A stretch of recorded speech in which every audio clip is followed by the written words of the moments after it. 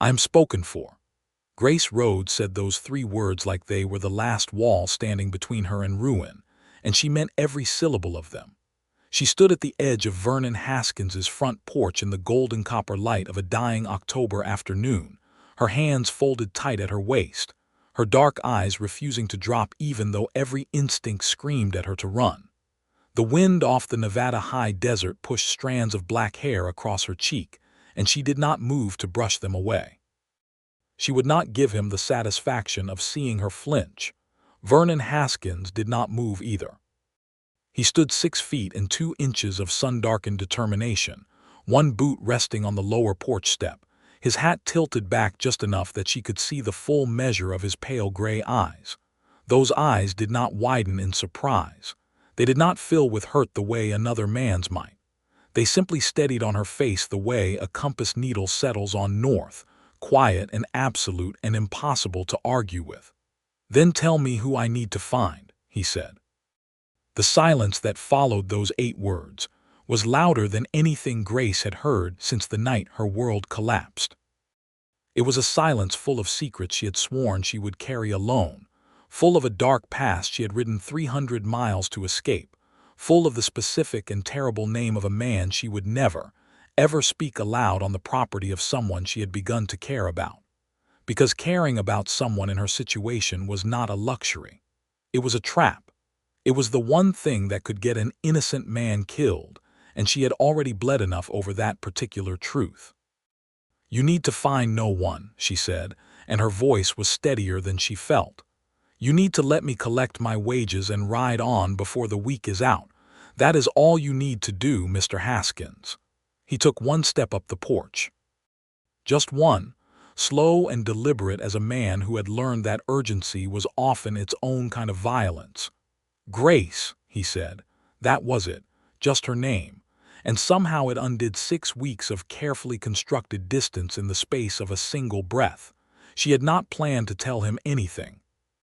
She had ridden into the town of Reston, Nevada, in the late summer of 1882, thin and road-worn and carrying nothing but a carpetbag, a 6-month-old letter of character from a schoolhouse in Colorado, and a lie she had rehearsed so many times it had started to feel almost true. She had not planned to stay longer than a week. She had not planned to take a position at the Haskins ranch. She had most certainly not planned to fall even the first trembling inch in love with a rancher, who listened more than he spoke, and who left wildflowers on the kitchen table every Sunday morning without ever mentioning it. None of it had gone according to any plan she had made, and now here she was, spoken for by a man who had not asked her permission and would not let her go, standing in front of a man who was asking her to let him fight a battle she had already decided to lose alone. She had to make him understand. She had to make him stop looking at her like that. But first, it is important to understand how Grace Rhodes arrived at this moment, because the story of how a woman ends up standing on a Nevada porch in October of 1882, confessing to a rancher that she belongs to a man she despises, is never a simple story. It is always, in some essential way, a story about survival. Grace had grown up in the Missouri River town of Kinsley Bluff, the daughter of a schoolteacher father and a seamstress mother who had both died of cholera in the summer of 1875, when Grace was 19 years old. The deaths were close together, her father first, then her mother 7 days later, and the grief was the kind that reorganizes a person from the inside, that strips away every soft assumption and leaves only what is essential. What was essential in Grace Rhodes was a remarkable mind, a stubborn spine, and a deep and perhaps inconvenient capacity for loyalty. She had stayed in Kinsley Bluff because there were younger students who needed her father's schoolhouse to keep running, and because leaving felt like abandoning something she could not name. She had taken up the teaching position herself, quietly, without ceremony, and she had managed it well for 3 years. She had managed well enough, in fact, that when a man named Aldous Crane rode into Kinsley Bluff in the spring of 1878, with silver money and a silver tongue, and a smile that never quite reached his flat brown eyes, Several women in town thought Grace Rhodes had done exceptionally well for herself when he turned his attention her way. Aldous Crane was 34 years old at the time, which was 11 years older than Grace. He was handsome in the way that certain snakes are handsome, which is to say that you could appreciate the beauty of the patterning while still recognizing the danger underneath. He was charming and well-spoken, and he wore good boots, and he had money that he spent freely in a town that had not seen much of it since the railroad bypassed them in favor of a route 30 miles south. He had plans, he said. He was building a cattle empire, he said. A woman like Grace would want for nothing, he said. Grace, who had spent 3 years wanting for a great many things and managing without them anyway, was not impressed by the money. What she was, if she was being entirely honest with herself in the painful privacy of her own memory, was lonely. The kind of lonely that becomes physical after enough years. The kind that makes an otherwise sensible woman look at a dangerous man and see, for a terrible moment, something that resembles safety. She had agreed to marry him. The engagement was announced in June of 1878, and the ceremony was scheduled for September. But September never came, at least not the version of September that Grace had imagined. What came instead was an August night when she went to return a book she had borrowed from the dry goods owner's wife, and found Aldous Crane in a back room of the general store, with the store owner's money box open on the table in front of him, and 2 men Grace did not recognize standing guard at the door. She had backed away before any of them saw her. She had walked home in the dark and sat at her kitchen table and made the coldest, clearest calculation of her life. What she knew was this: Aldous Crane was a thief at minimum. The men he ran with had the look of something worse. She had heard whispers, things she had dismissed as small-town suspicion, about a string of robberies along the southern Missouri road, about a man who matched Aldous's description, about violence. She had gone to the county marshal the next morning. She had told him what she saw. And the marshal, who was a careful man in a town where careful often meant nothing, had taken her statement, thanked her, and told her to go home and say nothing to anyone. She went home and said nothing, and Aldous Crane, who had sources of information that were as dark as the rest of him, found out within 48 hours that someone had spoken to the marshal. He came to her house that evening with his silver smile entirely gone and something else entirely in its place. He did not hit her.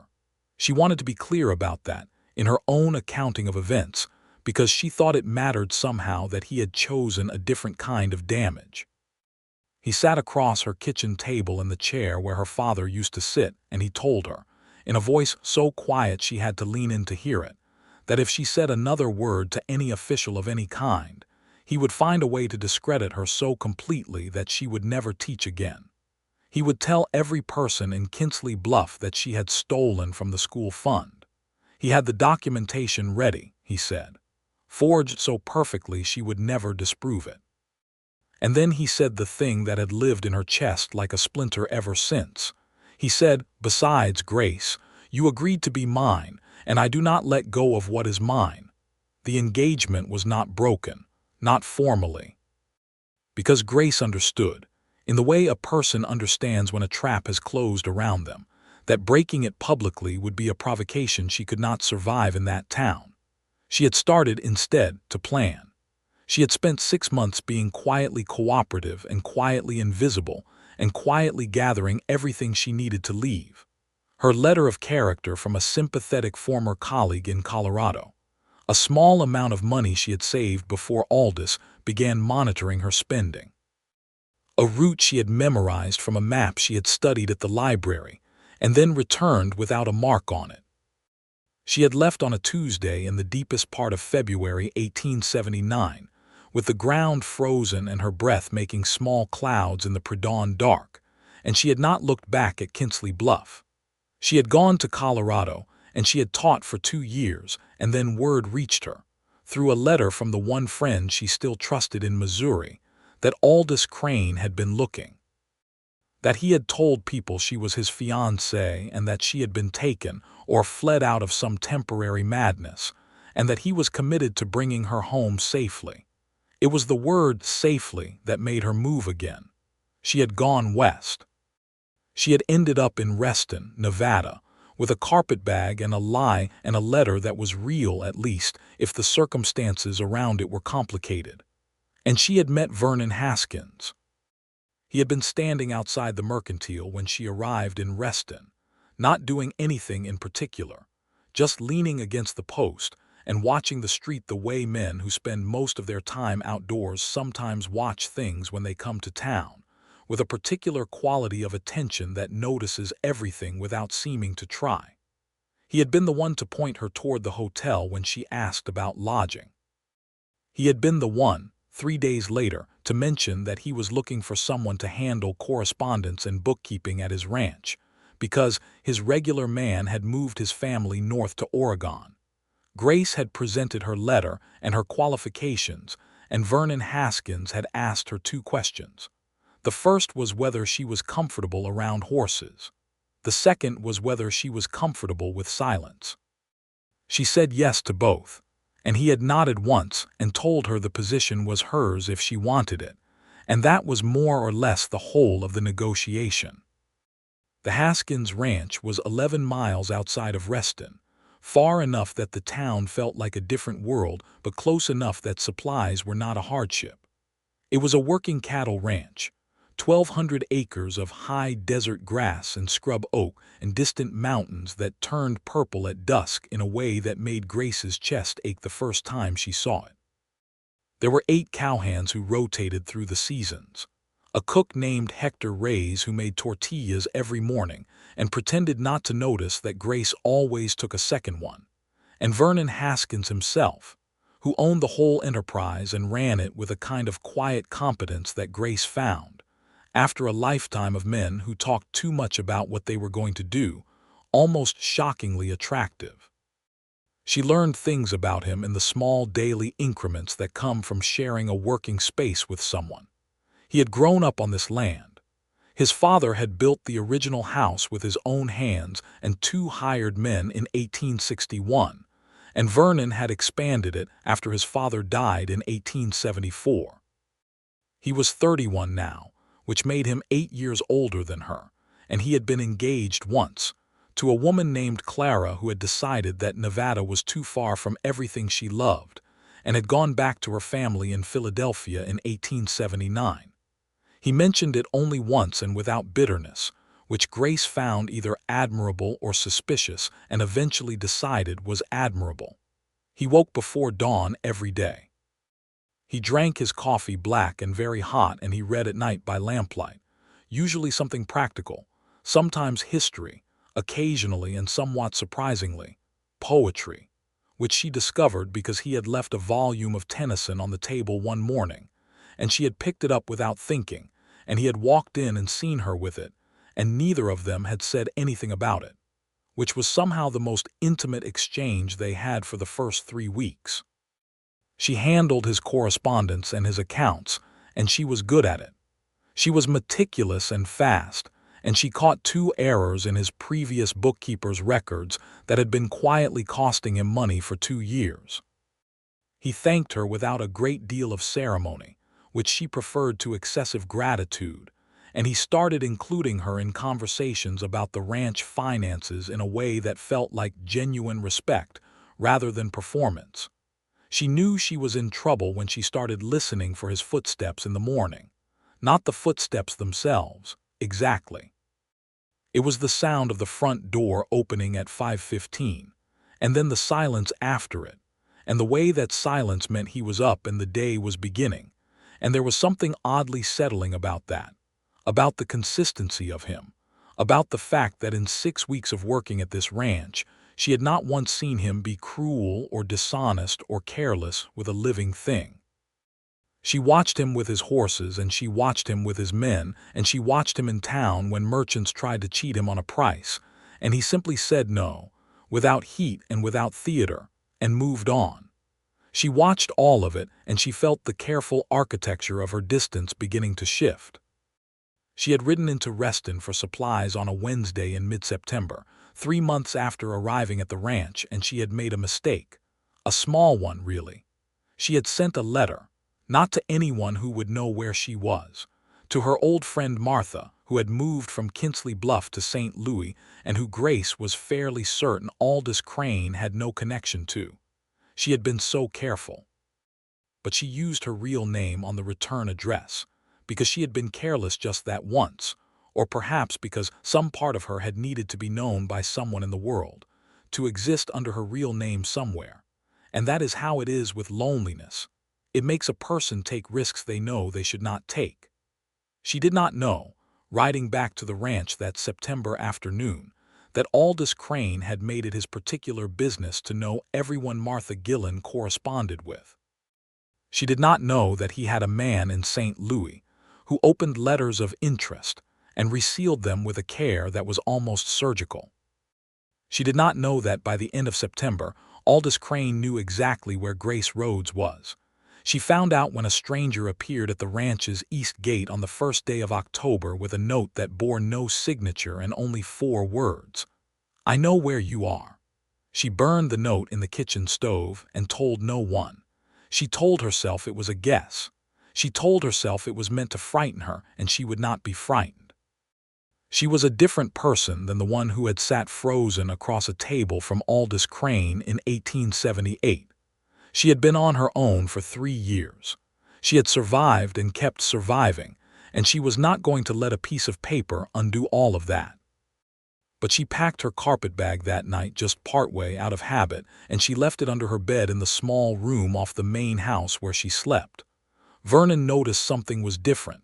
She knew he would. He had the particular quality of attention, the one she had first observed in town, and it did not disappear just because she was trying to act normally. He did not ask directly. That was not his manner. He simply made himself slightly more present over the following days, in a way that she could not quite put her finger on, and could not quite object to. He found reasons to be in or near the house in the early mornings and late evenings. He asked her casually whether she had everything she needed in terms of supplies, whether she was finding the work comfortable, whether Reston felt like enough of a town for her needs. She answered all of it naturally and continued to pack her bag a little more each night. And then she did not leave, because leaving would mean starting over somewhere new, and she was so very tired of starting over, and also because the thought of never seeing Vernon Haskins again had quietly become one of the more specific forms of grief she could imagine, and that terrified her more than Aldous Crane did. She found the second note on the 12th of October, a Tuesday, tucked under the wheel of the supply wagon.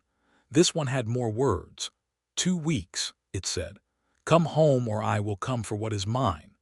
She stared at that note for a long time in the cold morning air behind the wagon shed, and something that had been pulling in 2 directions inside her for 6 weeks finally snapped clean in half. She made a decision. She went back into the house and she put her carpetbag under the bed, and she told herself she was not going to run. She was going to tell Vernon Haskins tonight that she needed to leave at the end of the week, collect her wages, and then she would figure out the rest. It was a terrible plan. She knew it was a terrible plan. It preserved nothing except the pretense of control. But she had not anticipated Vernon being on the porch when she came outside to air the correspondence books in the late afternoon, and she had not anticipated him asking her, very quietly and without preamble, whether she was happy here, and she had not anticipated that that simple question would dissolve the wall she had been maintaining with such enormous effort. She had said, "I should go. I am spoken for," not because she believed it, but because it was the only protection she could offer him. Because if he knew the truth he would involve himself, and she could not bear to put him in the path of what Aldous Crane was capable of. And he had said, with a steadiness that she felt in her sternum, "Then tell me who I need to find." Now she stood on his porch in the October light, and he was one step closer, and she needed to make him understand. "Vernon," she said, and the use of his first name was itself a kind of concession. She had been so careful about Mr. Haskins. "You do not know what you are asking." "You are right," he said. "Tell me."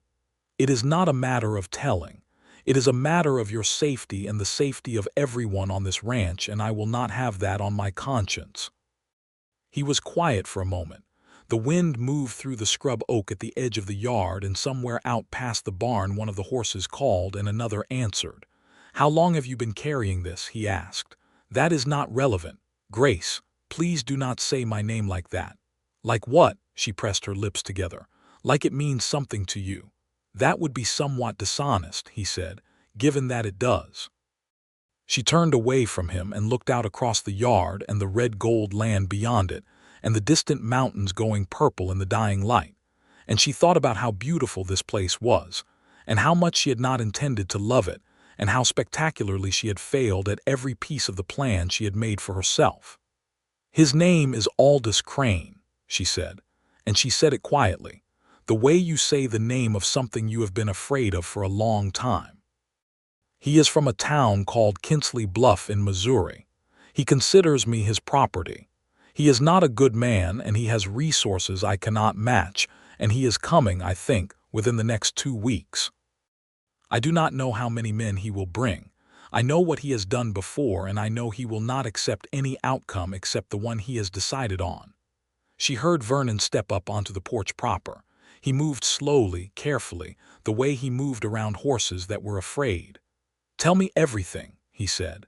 "Vernon, I just told you all you need to know to stay out of this." "Tell me everything," he said again, and there was something in his voice that was not a demand, exactly.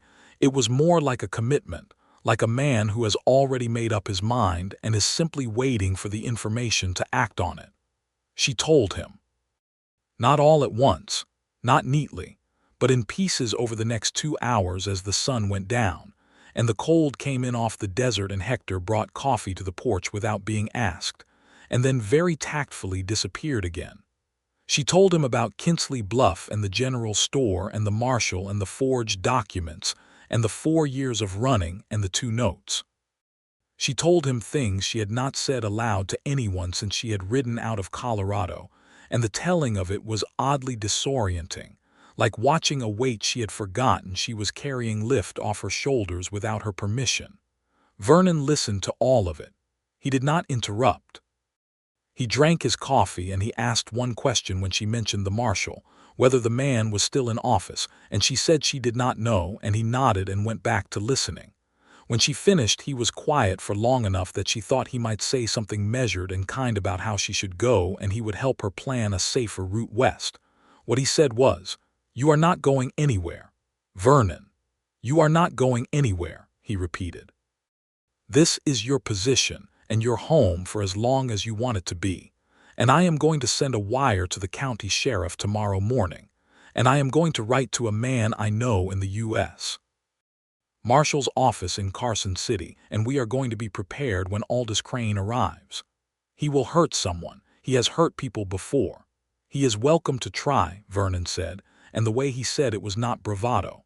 It was a simple statement of intent from a man who had been managing 2,000 head of cattle on difficult land for 7 years and who was, accordingly, not easily impressed by threats. "You cannot just decide this," she said. "I believe I just did," he said. "The question is whether you are going to keep arguing with me about it, or whether you are going to help me make a plan." She stared at him. He looked back at her with those gray eyes that were steady as compass needles, and she felt something she had not let herself feel in 4 years, which was the very specific and terrifying feeling of not being alone in a dangerous thing. "This is foolish," she said. "Probably," he agreed. "Tell me everything you know about his operation." She pulled her chair closer to his and she told him. Over the next 10 days, the ranch transformed in subtle ways that anyone watching might have found difficult to name but impossible to miss. Vernon sent his wire to the county sheriff, a man named Dolan who was efficient and not corrupt, which was not always guaranteed in Nevada in 1882. He wrote his letter to the U.S. Marshal's office in Carson City. He had a conversation with his cowhands, all 8 of them, that Grace was not present for, but that resulted in a change in how they managed the perimeter of the property, with men riding the fence lines at dawn and dusk in pairs rather than alone. He did not make a spectacle of any of it. He did not post armed men on the roof, or build any new fortifications, or do anything that would have looked, to a visitor, like preparation for a siege. He was methodical and unhurried, and it reminded Grace, more than anything else, of the way he ran the ranch in general, with the understanding that you prepared carefully so that when something went wrong you were not surprised. Grace, for her part, threw herself into the practical work of preparation with an intensity that she recognized, after the third day, as relief. She had been alone with this problem for years, and now she had something she could actually do about it, and that was not nothing. She mapped out everything she knew about Aldous Crane's habits and resources and likely approach. She had never seen his full operation, but she had seen enough in that back room of the general store and heard enough in the years since to construct a reasonable picture. He would not come alone. He would bring men he trusted, which meant men who were afraid of him, which meant men who were competent but not necessarily brave when things went wrong. He would try to present himself as legitimate, a man retrieving a runaway fiancée, because that was the story he had been telling, and it was a story that had worked in smaller places with less skeptical ears. What he would not expect, she thought, was a county sheriff who had already been briefed, a U.S. marshal who had sent back a letter with 2 deputies attached, and a woman who had stopped running. She and Vernon ate dinner together most evenings, which was not entirely new. They had been eating at the same table since she arrived, but there was something different now about the texture of those evenings. The distance she had maintained so carefully had collapsed, or perhaps it was more accurate to say that she had simply stopped maintaining it, and in its absence there was a quality of ease between them that she found alternately wonderful and frightening. They talked about the ranch and the cattle and the accounts. They talked about books. They talked about the particular character of the Nevada desert in autumn, the way the cold came clean and fast at night and then softened again by mid-morning. They talked about her childhood in Missouri and his in Nevada, and the ways those 2 places had made them into different kinds of people.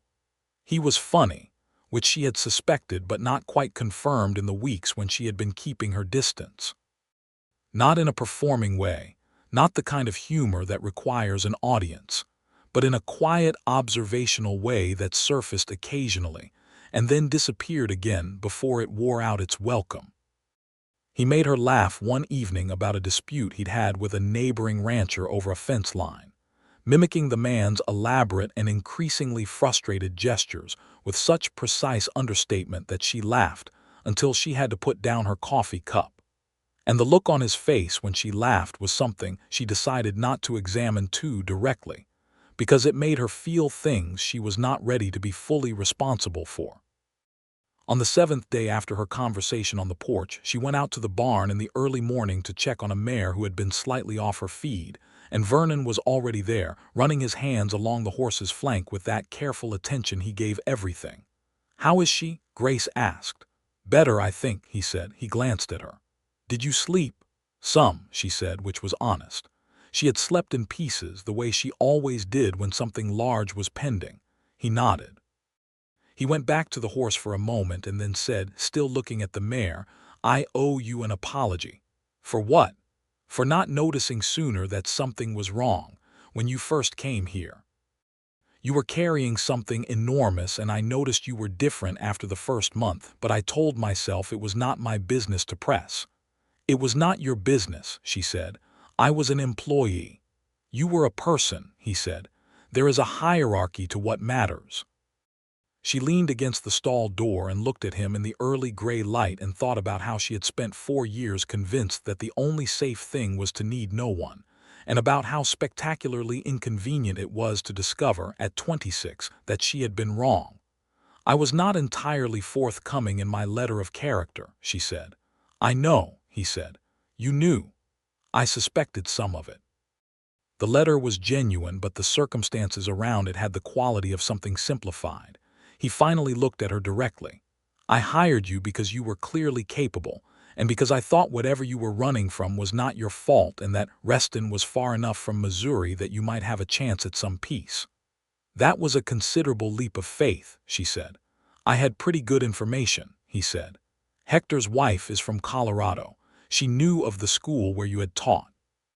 Said you were excellent and that you had left under strange circumstances that were generally considered to be not your doing." Grace stared at him. "You investigated me." "I verified you," he said, with a slight difference in emphasis that she thought was probably doing a great deal of work. "I was not going to hire someone to live in my house and manage my books without knowing something true about them." She should have been irritated. Possibly she was, slightly. But mostly what she felt was something warm and strange, the recognition that he had done his due diligence not out of suspicion but out of genuine care, and that he had used what he found not to exclude her but to extend her the benefit of the doubt. "Vernon Haskins," she said. "Grace Rhodes," he replied, with that quiet containment that she had come to understand was his version of warmth. "What exactly are we doing?" she asked, and she meant it broadly, more broadly than just the Aldous Crane situation, and she thought he understood that. He was quiet for a moment. The horse moved gently in the stall, and outside the barn the first birds of morning were beginning. "I think we are figuring that out," he said, "if you are willing." "I have been considerably more than spoken for," she said. "I want to be very clear about that. Whatever Aldous Crane has told anyone, we were never married and I walked away freely and completely, and I have had no contact with him in 3 years. "I know," he said. "I am saying it because I want there to be no ambiguity about who I am and what I choose." "I understand," he said. "I am not confused about who you are. I am asking who you want to be going forward." She looked at him in the gray barn light for a long moment, and then she said, "I think I would like to find out." He nodded once, and something in his face that had been very carefully controlled became, for just a moment, entirely open. They did not have time for anything simple or easy after that because, on the 11th day after her confession on the porch, the county sheriff rode out from Reston in the early afternoon with 2 men Grace did not recognize who turned out to be the U.S. Marshal's deputies from Carson City, and with the news that a man matching Aldous Crane's description had been seen in Reston that morning, asking questions at the hotel about a woman named Grace Rhodes. Grace heard this standing in the front room of the house with Vernon beside her, and she felt a cold, clean clarity settle over her that was different from fear. Fear was what she had felt for 4 years. This was something else. This was the feeling of a woman who had stopped running. "How many men with him?" Vernon asked the sheriff. "3 that we saw," Sheriff Dolan said. He was a compact man in his 50s with a gray mustache and a straightforward manner that Grace had decided to trust based on 30 minutes of conversation. "Could be more we did not see. He went to the hotel, asked for a room, said he was just passing through. Friendly enough. But he asked 2 separate people about you specifically, Miss Rhodes, and that is not consistent with passing through." "He will come here," Grace said. "He will come here because he has learned I am employed here, and he will try to present himself as concerned family retrieving a woman who has had some kind of breakdown. He has used that story before." "It will not work this time," one of the deputies said. He was a young man, perhaps 25, with a serious face and a badge that caught the afternoon light. "We have his description in connection with the robbery investigation out of Missouri. Your statement from 1878 was preserved in the county records, and we have been in contact with the Kansas City office. He is wanted in Missouri, not for what he told you he could do to you, but for actual crimes. Robbery, and one incident that escalated into something worse in 1880. Grace did not ask what the something worse was. She thought she did not need to. "So you can arrest him," Vernon said. "If he comes here, yes," the deputy said. "We would prefer to do this without a confrontation if possible. He does not know we are here. If he comes to the ranch expecting to speak to Miss Rhodes alone, he will find considerably more than he expected." The plan was laid out over the next hour at the kitchen table. Hector was sent to his house at the back of the property, which was far enough from the main house to be out of the way. 3 of the cowhands stayed on the property, stationed at various points that looked casual and were not. The 2 deputies and the sheriff positioned themselves in the barn and the bunkhouse respectively. Vernon would meet Aldous Crane at the front of the property if he came, which everyone agreed he would because men like Aldous Crane announced themselves. Grace asked to be present. She expected argument. Vernon simply said, "You know him better than any of us. If he says something that tells you something, I want you able to tell me." She had not expected that. She said, "All right." He reached across the table and touched the back of her hand. Just for a moment, the way you touch something you are reminding yourself is real. Aldous Crane came at 3 o'clock in the afternoon on a Wednesday, the 16th of October, 1882. He came with 2 men, not the 3 the sheriff had seen, and he came on good horses and dressed well and wearing his silver smile. He was 38 now, and he looked it, not badly, but there was something worn under the surface of his handsomeness, something that had been pressed too long against too many sharp things. He pulled up at the front gate and waited with the studied patience of a man who has thought out this scene in advance. Vernon walked out to meet him alone, which had been the plan. Grace watched from the window of the front room, which was inside and less visible and exactly where she needed to be. "Good afternoon," Aldous said from horseback. "I am looking for the owner of this property." "You found him," Vernon said. He stood in the lane between the gate and the house with his thumbs in his belt and no weapon visible and no particular expression on his face. "My name is Aldous Crane," Aldous said, and Grace felt the name like a physical thing even through the glass of the window. "I am looking for a woman named Grace Rhodes. I understand she may be employed here. She is my fiancée. She suffered some difficulties earlier this year, and I have been searching for her out of concern for her well-being." "I see," Vernon said. "I am afraid I cannot help you." Aldous's smile stayed exactly where it was.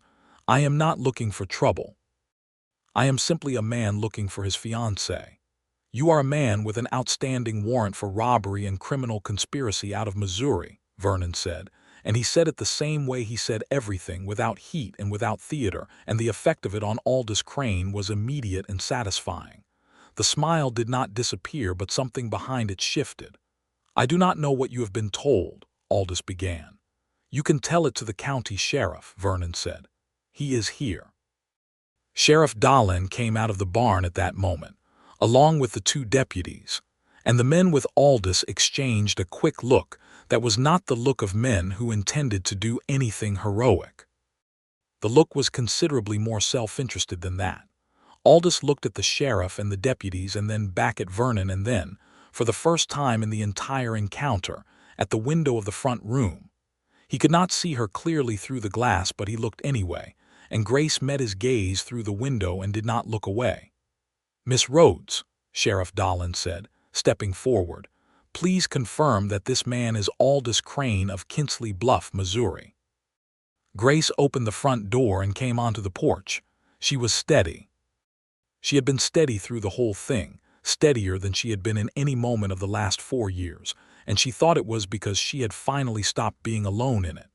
"That is Aldous Crane," she said clearly.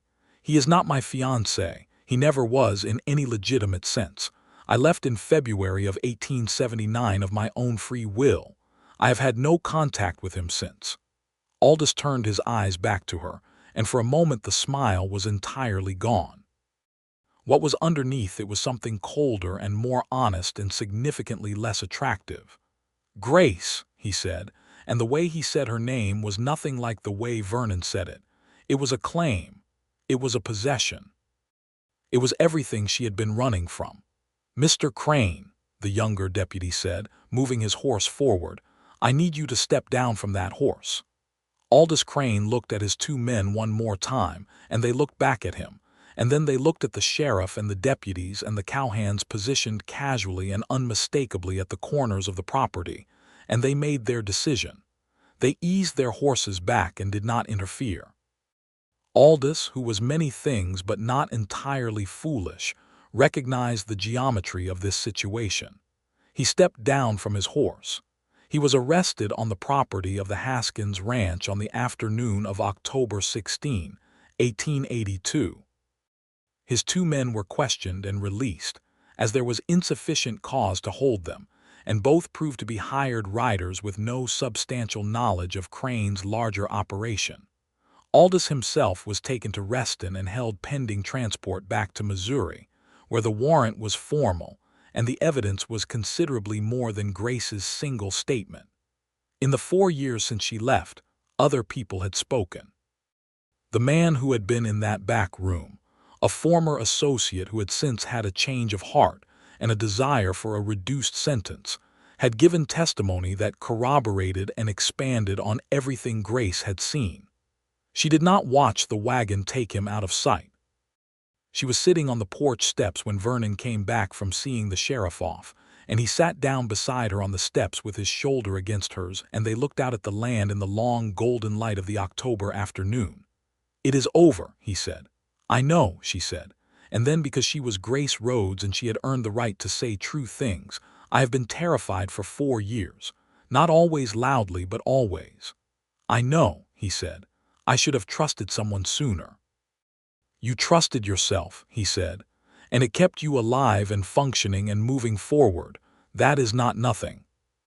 She leaned her head against his shoulder just slightly, and he did not move and did not make it into anything it did not need to be yet, and that restraint was one of the more romantic things that had ever happened to her, which told her something about herself and about him and about the particular kind of love that was building between them, quiet and practical and deeply serious.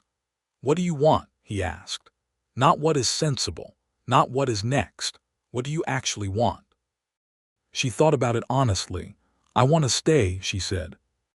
"I want to manage your accounts and read your Tennyson and argue with you about fence-line decisions and know that I am going to see you tomorrow and the day after." He was quiet for a moment.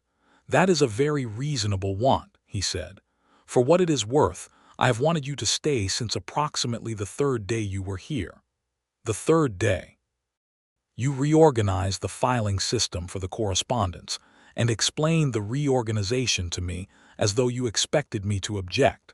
But your explanation was so clearly correct that objecting would have been purely reflexive, and I found that I did not want to be reflexive about you." She laughed softly there on the porch steps in the October afternoon. "That is perhaps the most unusual thing anyone has ever said to me." "It is the most honest thing I could offer," he said. She lifted her head from his shoulder and turned to look at him, and he turned to look at her, and they were very close, close enough that she could see the lines at the corners of his eyes from years of squinting against desert sun, and close enough that the warmth of him in the cooling afternoon air was something she could feel. "Vernon," she said. "Grace," he said. And then he kissed her, or she kissed him, or they simply moved at the same moment in the same direction, which felt like the most accurate description. It was gentle and serious, and held in it 4 years of her being alone and 6 weeks of careful distance and 11 days of something building, and when they broke apart they were both very still for a moment. "I believe," Grace said, "that qualifies as no longer spoken for." "I believe so," he said, with that quiet version of warmth that she had learned to read and had come to love unreasonably much. The weeks that followed had the quality of something she had not experienced since childhood, which was the quality of being happy without the constant monitoring of that happiness, without the low-grade anxiety that something this good would be taken from her. Aldous Crane was in a Missouri jail and would stand trial in the spring, and the testimony against him was sufficient that even his considerable money was unlikely to buy him out of the consequences. The marshal's deputy who had handled the case wrote to Grace in November to confirm this, and to thank her for her original statement in 1878, which had been preserved, and had ultimately formed part of the foundation of a case that had taken years to build. She wrote back and thanked him, and then she folded the letter and put it in the small cedar box where she kept things that mattered, and she went out to find Vernon, who was having a very serious conversation with a fence post about whether it was adequately planted. And she told him, and he nodded once, and then he held out his hand, and she took it, and they stood in the cold November air looking at the mountains together for a little while before they went back to the work of the day. December arrived with its particular desert cold, the kind that came down off the peaks at night and crystallized everything and left the mornings glittering and sharp. Hector made a particular beef stew on cold evenings that Grace was fairly certain she would eat forever if given the chance, and she said as much one evening, and Hector gave her the recipe written on a piece of paper in his careful, precise handwriting, and told her that it had come from his mother in Sonora, and that she was welcome to it. She kept it in the cedar box with the other things that mattered. Vernon asked her to marry him on a Friday in the second week of December. He did not do it dramatically. He did not get down on his knee in the yard or make a speech or acquire a ring in advance, though the ring came later. He did it at the kitchen table in the morning with coffee, which was exactly right for who they were. He said that he understood if she needed more time and that he would not push if she was not ready, but that he wanted her to know that his intentions were serious and had been for some time, and that he thought the practical advantages to formalizing the arrangement were considerable, by which he did not mean practical advantages, and she knew he did not mean practical advantages. Yes, she said. Just yes. He said, was there a particular kind of yes you were hoping for? That one is satisfactory, he said, and he was smiling, which was not something he did frequently, and which was therefore significantly more affecting than it would have been on a man who smiled all the time. She laughed and reached across the table and covered his hand with hers, and he turned his hand over and held on. They were married in Reston in February of 1883, which was 4 years almost to the day from when Grace had ridden out of Kinsley Bluff in the pre-dawn dark with a carpetbag and her courage.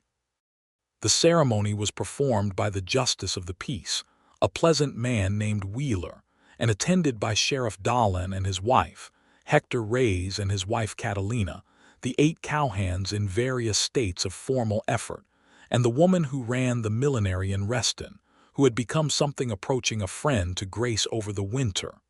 It was not a large wedding. It was exactly the right size.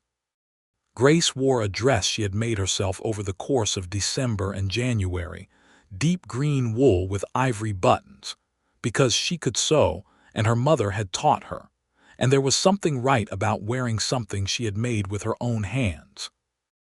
Vernon wore the suit he owned, dark charcoal, which fit him well and which he was clearly not entirely comfortable in and which she found, somehow, completely endearing.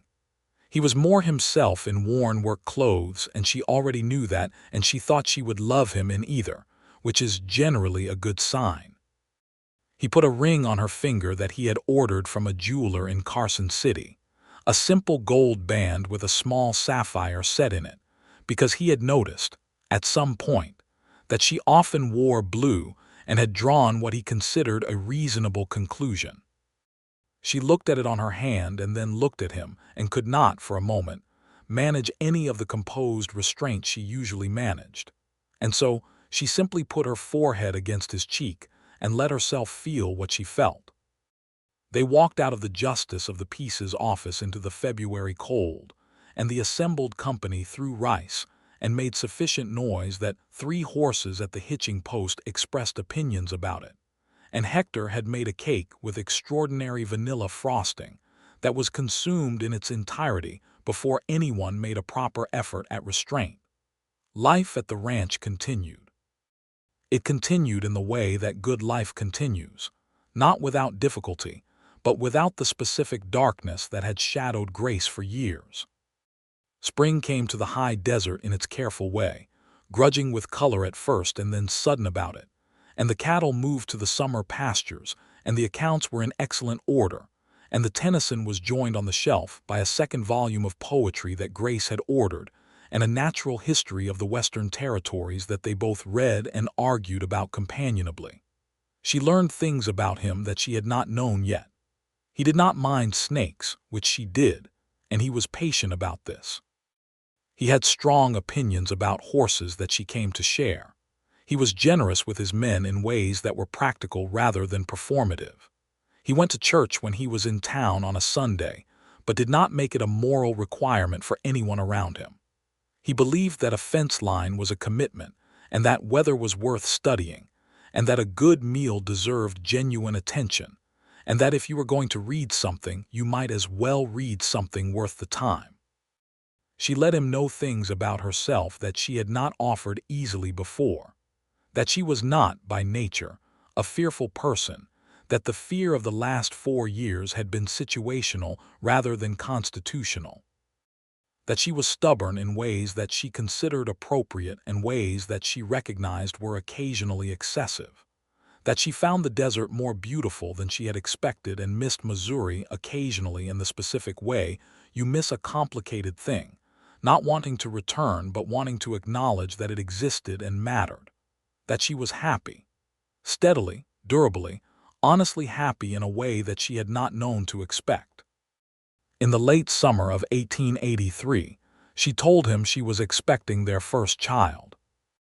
He went very still for a moment, the way he sometimes went still when something was large, and then he put down whatever he was holding, which was a fence post agreement because they were outdoors and it was that kind of afternoon, and he turned to face her. "Are you well?" was the first thing he asked. "I am very well," she said. He nodded slowly, and the thing that happened on his face in that moment was something she was glad to have been standing close enough to see. It was enormous and simple and entirely real. "All right," he said, and then, "all right." "You said that twice," she observed. "It seemed to warrant twice," he said.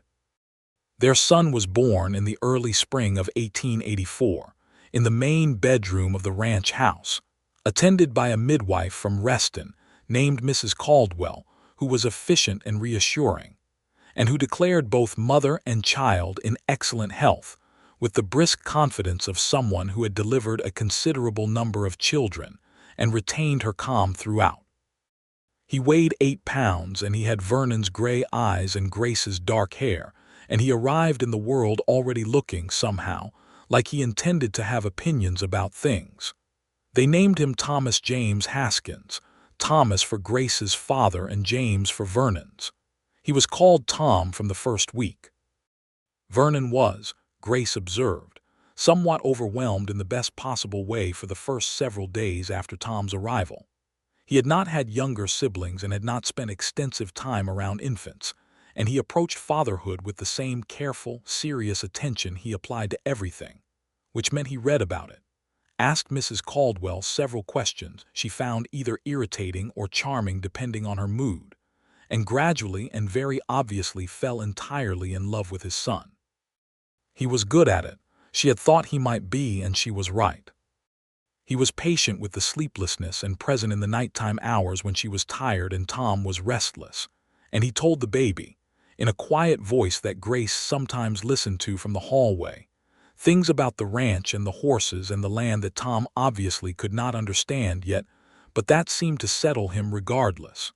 She thought about that particular image, Vernon in the lamplight holding his son and talking quietly about the things he knew and loved, for the rest of her life. She thought it was one of the images she would want to remember most clearly when she was old. Hector and Catalina, who had 3 children of their own, were delighted by Tom and said so, frequently and warmly, and Catalina began teaching Grace several things about managing a household with a small child that proved immediately practical. The trial of Aldous Crane took place in Missouri in April of 1884, a month after Tom was born. Grace received news of it by letter from the deputy marshal in May. Aldous was convicted on 3 counts of robbery and 1 count of conspiracy to commit assault. He was sentenced to 12 years in a Missouri state penitentiary. The letter confirmed that the conviction was solid and that his legal resources, which had been considerable, had ultimately been insufficient against the weight of the evidence. She read the letter twice, and then she folded it and put it in the cedar box, and she did not think about Aldous Crane again for a very long time. The ranch continued to grow. Vernon expanded the grazing land in 1885, negotiating a lease on 300 additional acres from a neighbor who was moving to California, and Grace managed the financial reorganization that came with it with an efficiency that Vernon told her, in his understated way, was remarkable, and that she knew was simply the result of applying the same careful attention to numbers that she applied to everything. She had become, in the years since arriving in Reston, someone who understood cattle ranching in its financial dimension with the kind of specificity that came from genuine interest, and she contributed to decisions about the business in ways that went considerably beyond correspondence. She and Vernon talked about everything together. It was one of the fundamental facts of their marriage, and she recognized it as unusual and valued it accordingly. They argued sometimes, not badly, but with the genuine friction of two people with strong convictions and the willingness to hold their ground. She had been right about a pasture rotation decision in the summer of 1885, and he had acknowledged it without excessive ceremony, which she valued more than if he had made a large event of it. He had been right about a cattle breed decision in the spring of 1886, and she had acknowledged it in kind. Tom, growing fast and definite, was the constant of their daily life, the bright particular thing around which the household organized itself. He walked at 12 months and talked at 14, initially in a manner that was more enthusiastic than decipherable, but that became, gradually, the extremely verbal and slightly argumentative style that turned out to be characteristic of him. He was interested in everything. He was particularly interested in horses and in the bookkeeping, which Grace attributed to environment and Vernon attributed to nature, and they agreed it was probably both.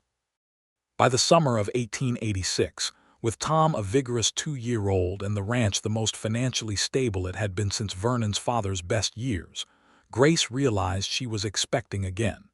She told Vernon on a Sunday morning at the kitchen table, in the same way he had told her his intentions 2.5 years earlier, without preamble and with coffee, because that was who they had become to each other. He looked at her for a moment. "Are you well?" He asked again because that was always his first question, and she loved him for it. "Exceptionally well," she said. "Tom will have something to say about this," he observed. "Tom will be thrilled," she said. "He has been demanding a horse and a sibling in roughly equal proportion for 6 months. He is 2 years old," Vernon said. "He is precocious," Grace said. "He is your son," Vernon said, with the quiet affection that was its own kind of declaration. Their daughter arrived in the early spring of 1887, and if Tom's birth had been significant and overwhelming in the best way, this one was accompanied by a quality of settledness, of the Haskins household being exactly as large and full and real as it was supposed to be. They named her Clara Me Haskins, Clara for no one in particular and Me for Catalina Reyes, who had been unfailingly generous in the years since Grace arrived at the ranch, and who cried quietly when told the middle name, and then denied it vigorously. Clara was different from Tom in every appreciable way from the beginning. Where Tom was verbal and active and approached the world at a full run, Clara was observant and deliberate and had, from very early, a look of having already formed considered opinions about things. Vernon said she looked at him the way Grace had looked at him for the first 3 weeks of her employment, measuring and precise. "That is your daughter," Grace told him. "That is absolutely your daughter," he replied. By 1888, the Haskins Ranch was a known and respected operation in the county.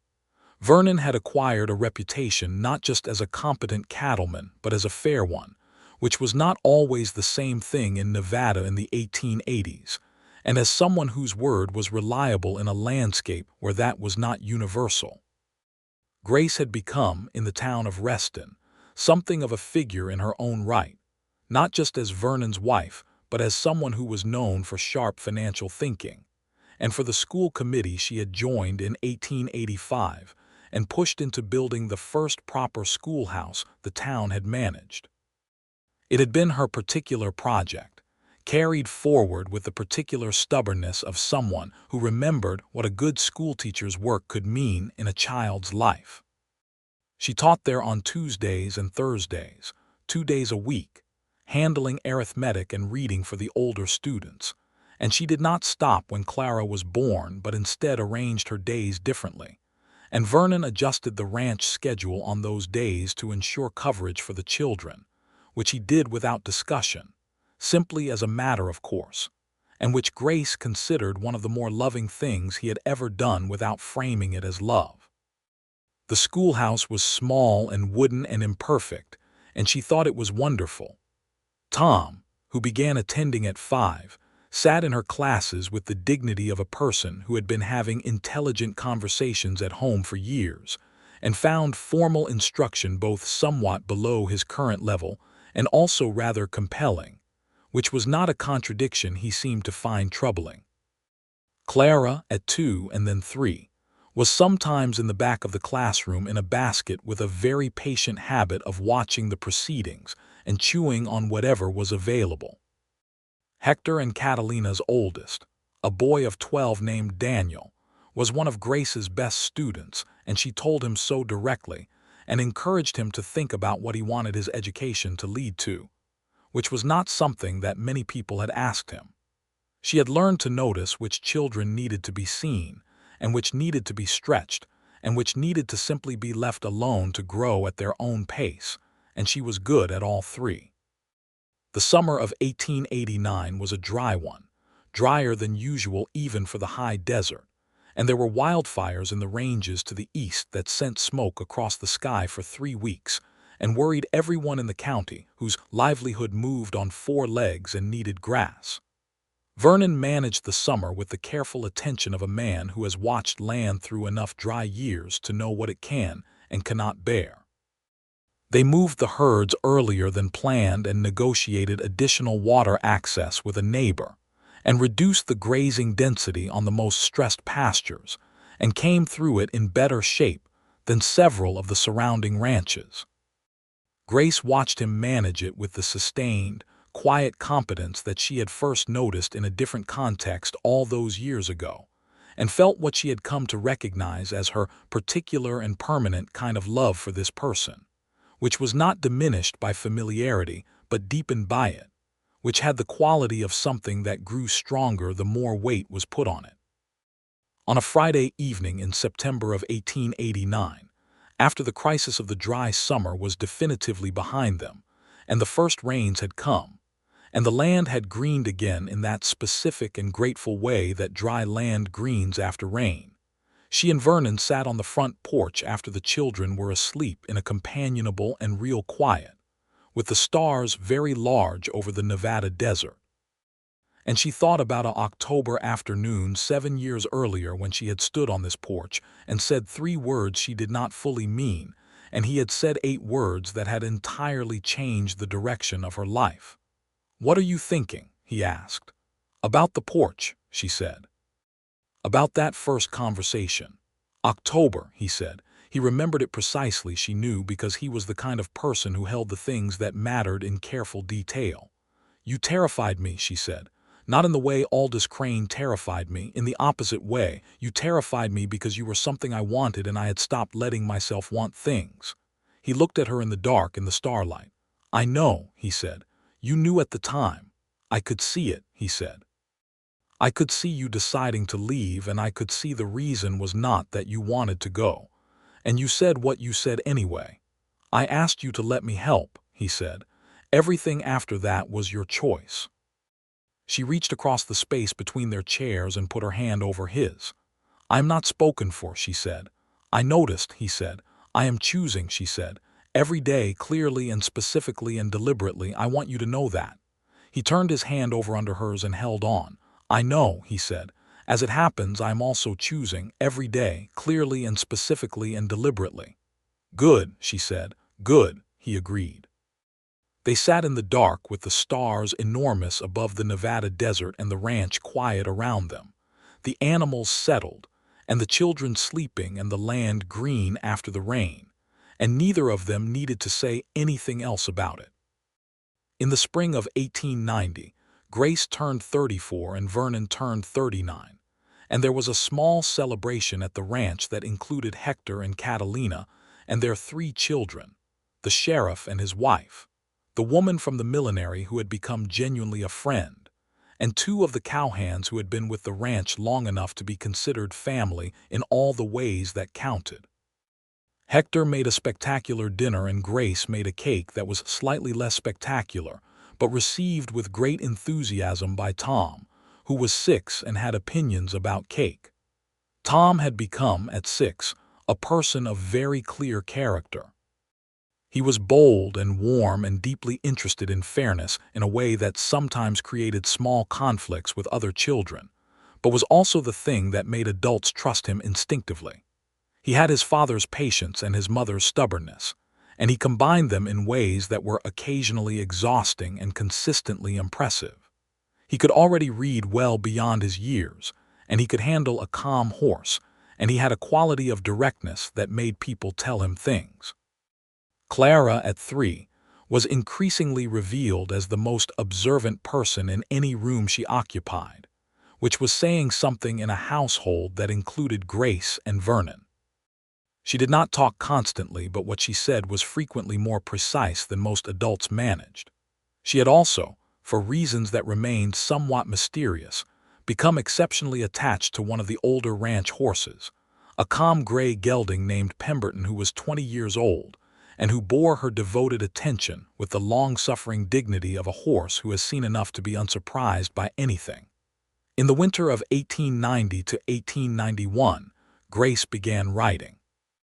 Not correspondence and not accounts, but something closer to what she had always thought she might write someday, which was a careful and honest account of what it was to be a woman alone in the Western Territories, to have run from something dangerous and found something real, to have been terrified and survived the terror and come out the other side into a life that was better than anything she had planned.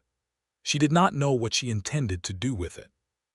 She wrote it in the evenings after the children were in bed, at the kitchen table by lamplight, and she told Vernon what she was doing, and he said that seemed like a sensible use of time, and asked if he could read it when she was ready. Eventually, she said. Take the time you need, he said, and went back to his own reading, and it was one of those small exchanges that contained, she thought, something essential about them. She sent a piece of the writing in early 1891 to a newspaper in Carson City that had a column for women's writing. They published it in March. It was 3 paragraphs about what the desert looked like at dawn, and what it felt like to have made a life in a place you had not planned, and what it meant to know where you were going to be tomorrow. Nothing about Aldous Crane or the dark years, just the true observation of a woman who had arrived somewhere. The response was larger than she expected. Letters came to the newspaper, forwarded to the ranch, from women in other parts of Nevada and from California and from Oregon. Women who had come west and stayed and wanted to hear their experience described honestly. She was not prepared for this, and she was also, in the particular way that discovering an unexpected ability is always a surprise, delighted by it. She wrote more. Vernon, who read all of it when she was ready and said less than she had feared and more than she had expected, told her the writing was very good and that she should keep going, with the same straightforward quality of assessment that he applied to everything. She trusted his judgment on most things, and she trusted it on this. By the summer of 1891, the Haskins ranch employed 12 men on a rotating basis. The schoolhouse in Reston had a second teacher, a young woman from Denver who had come west for the position that Grace had helped to create, and the Tennyson shelf in the front room had expanded to include 8 volumes of poetry and 3 shelves of natural history and 5 shelves of fiction and 2 shelves of technical and agricultural reference that were the most frequently consulted of all.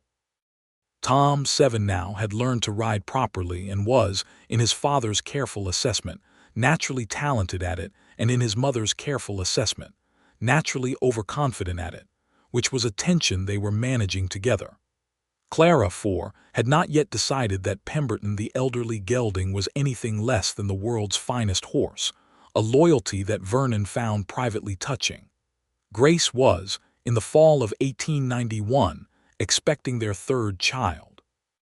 She told Vernon at the kitchen table on a Sunday morning with coffee because that was simply how significant things were communicated in the Haskins household now.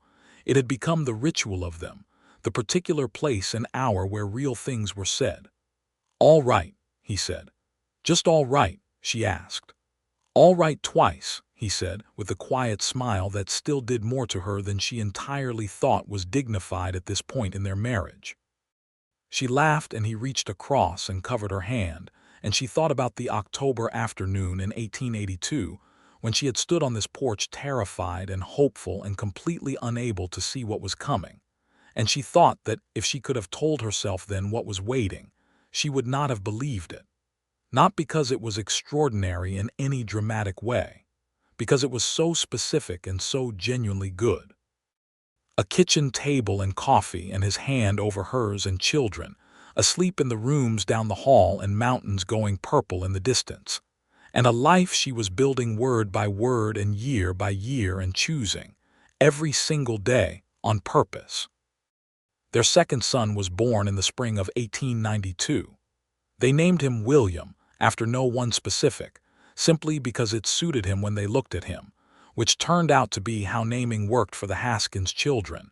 You looked at them and waited to know.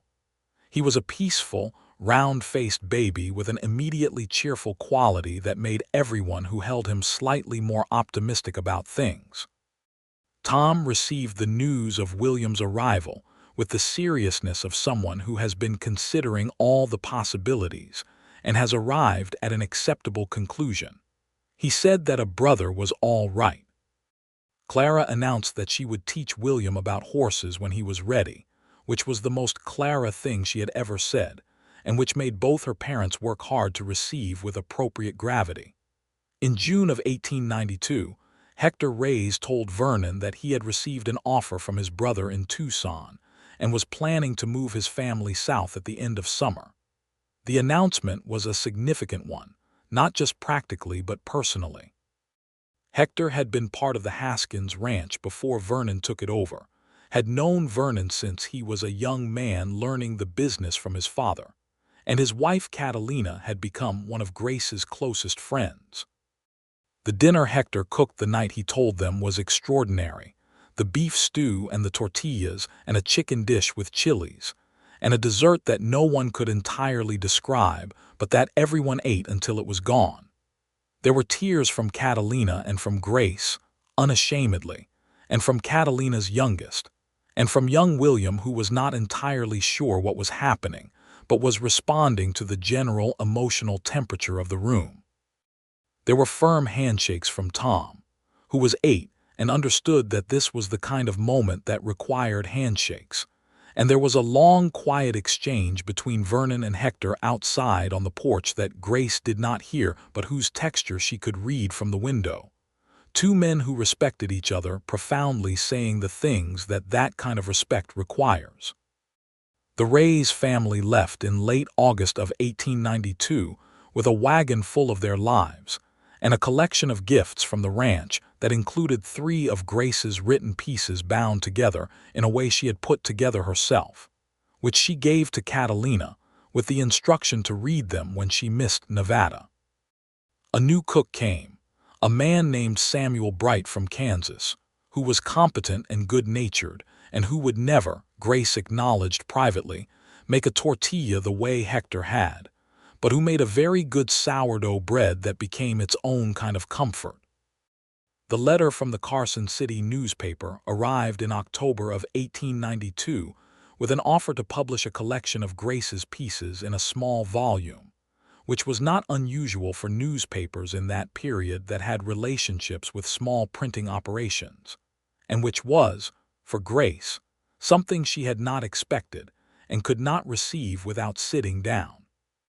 She sat at the kitchen table for a long time after reading it, and when Vernon came in from the afternoon she showed it to him. He read it. He handed it back.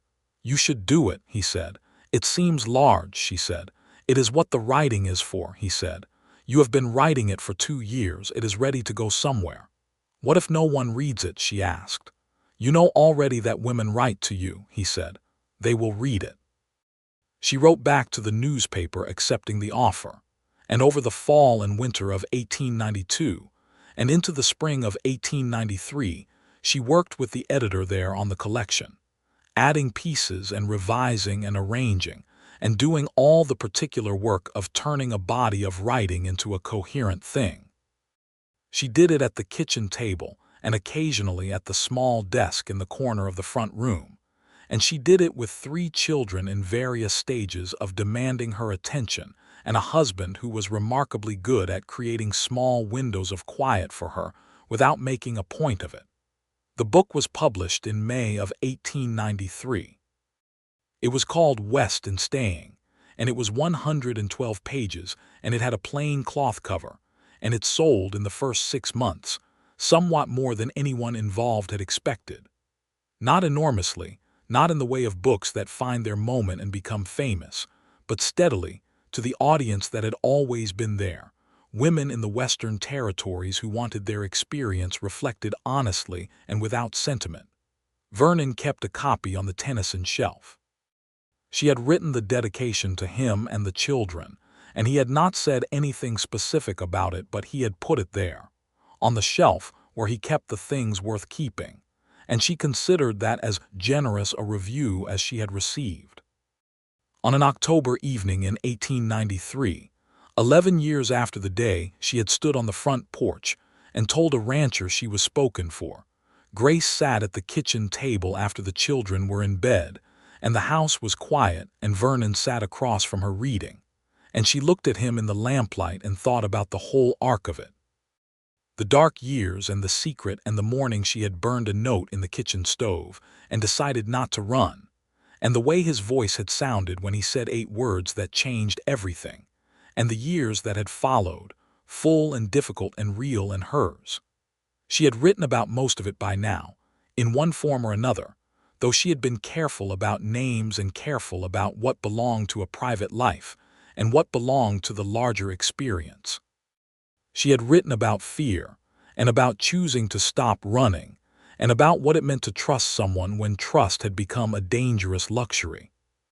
She had written about what it felt like to work alongside the person you loved and to discover that that kind of love was different from anything she had imagined in Missouri at 22, practical and deep, and full of the specific texture of shared days. She had not written, yet, about the October afternoon in 1882, because she had not known how, because there was something in it that still felt too precise and too tender to translate into words that anyone else would read. But she thought about it sometimes, the way she thought about the things that had been turning points, the moments where the direction of a life hinged on something small, a choice made on a porch.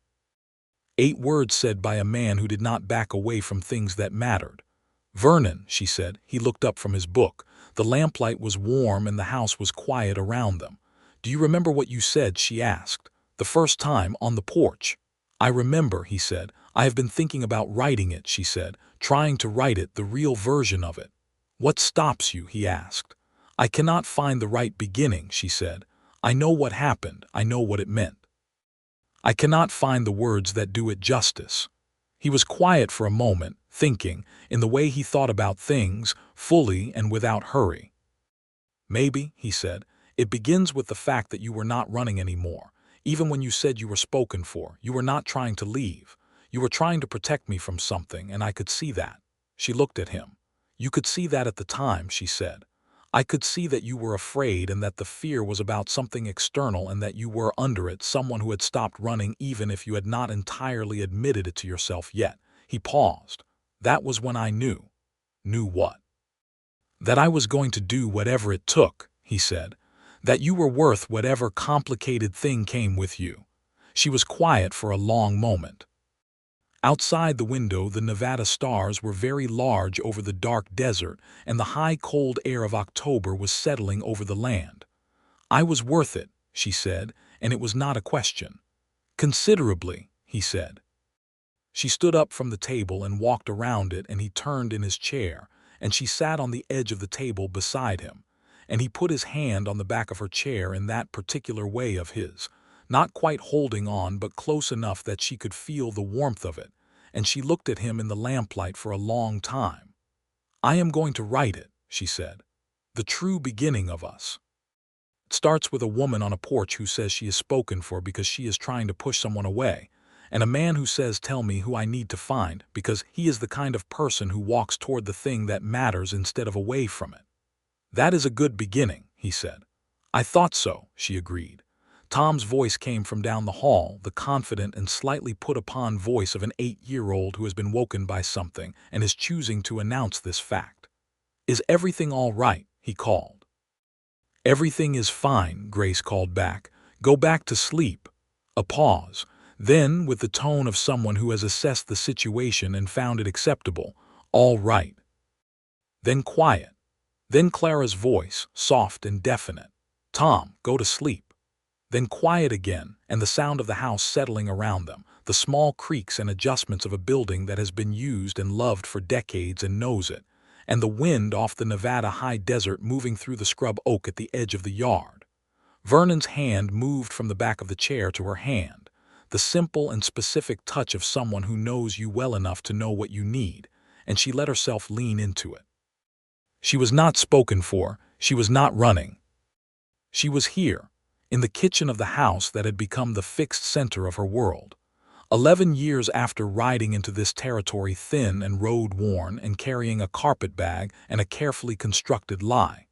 And the life she had made in the space of those 11 years was one that she had chosen, every piece of it on purpose and with her eyes open, and in full knowledge of what she was doing. The cedar box still sat on the shelf in the bedroom, and inside it there was the letter from the deputy marshal, and Hector's recipe, and a dry-pressed wildflower that she had taken from the kitchen table one Sunday morning in the first month she was here, before she had allowed herself to fully acknowledge why she was keeping it. Vernon had never mentioned the flowers. She had never mentioned keeping one. It sat in the box with the other things that mattered, and it had been enough, for a long time, to simply know it was there. She thought, sitting at the edge of the kitchen table in the October lamplight with his hand over hers, that she might tell him about the flower eventually. Not now. It was a good thing to still have left to tell him. A marriage with things still worth saying was a marriage with room to keep growing. William, 14 months old, made a small sound from his room, the particular sound of a sleeping baby settling deeper into sleep rather than waking, and then was quiet. The Nevada stars turned slowly over the dark desert. The Haskins ranch was exactly as large and full and real as it was supposed to be. Grace Rhodes Haskins, who had once told a rancher she was spoken for, and listened to him say the 8 words that had changed everything, reached across and put her other hand over his, so that his hand was held between both of hers, and she held on. "Tomorrow," she said, "I am going to start writing it." "I know," he said. "You always know," she said. "I pay attention," he said. "You do," she said. "You always have." And in the particular quality of quiet that existed between two people who knew each other fully and chose each other anyway, they sat together in the lamplight until the fire needed banking and the night had grown deep and cold. And when they finally went to bed, the Nevada stars were still there outside the window, large and permanent over the land they had made their life on. And the morning would come in its time, clean and cold, and full of everything that was still ahead of them, which was, by any honest accounting, quite a lot.